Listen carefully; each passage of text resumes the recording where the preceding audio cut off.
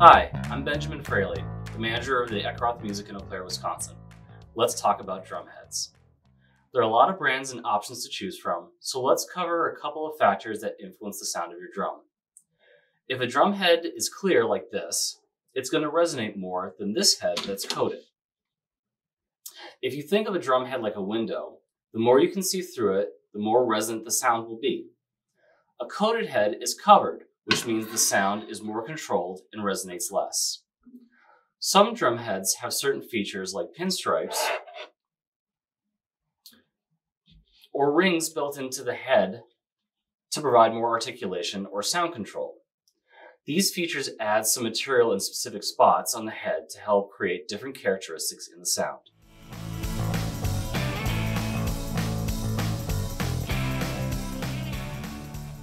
Now, we want to change a drum head if it's old or damaged.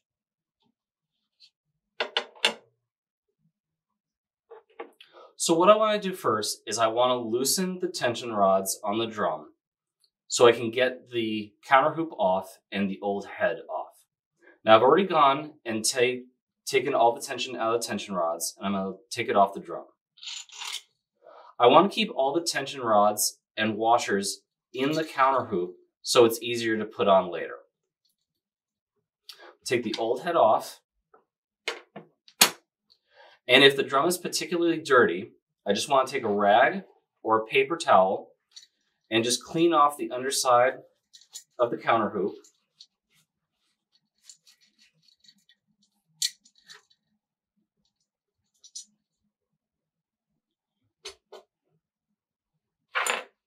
And around the bearing edge of the shell.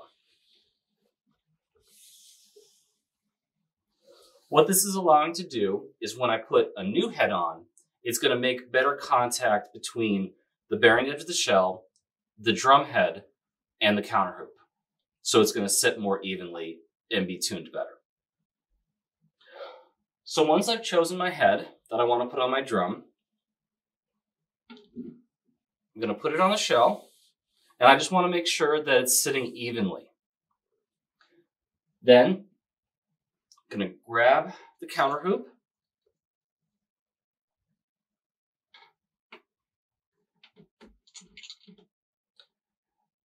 and align all the tension rods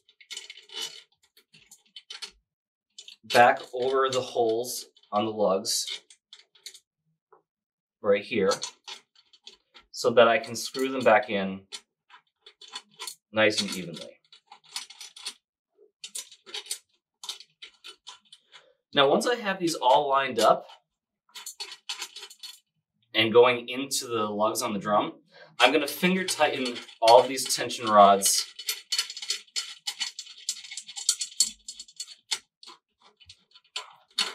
until I can't tighten them with my fingers anymore. I'm not going to go right to the drum key because I want the drum head to be seated at a very level tension. If I use the drum key right away, the tension rod's going to keep going until it hits the center of the lug, and the tension's not going to be even around the drum head. Okay, all the tension rods are in, and I can't tighten the tension rods any farther with just my hands.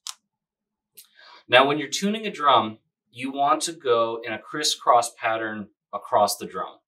I don't necessarily want to go around the drum because it's just a better idea to go across the drum because then the tension will be placed more evenly on the drum head.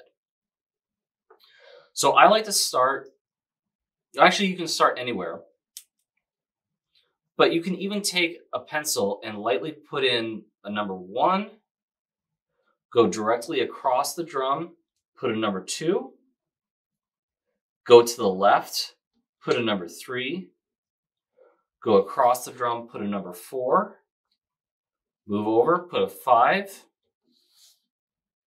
6, 7, 8, and then go back to 1. So you're going to go 1, 2, 3, 4, 5, 6, 7, 8. Start back at 1 again. And I'm only gonna do little turns as I go around because I still want it to be very even as I go around. If I do big turns, it's gonna have an uneven tuning. Little eighth or quarter turns as you go around the drum.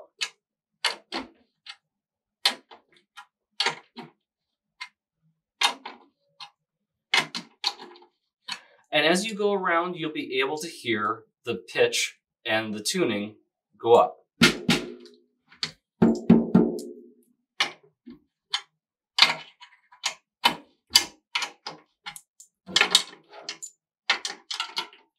So I've been doing this sequence for about a minute, and I think I have it where I want it. We'll just take a check in a second here.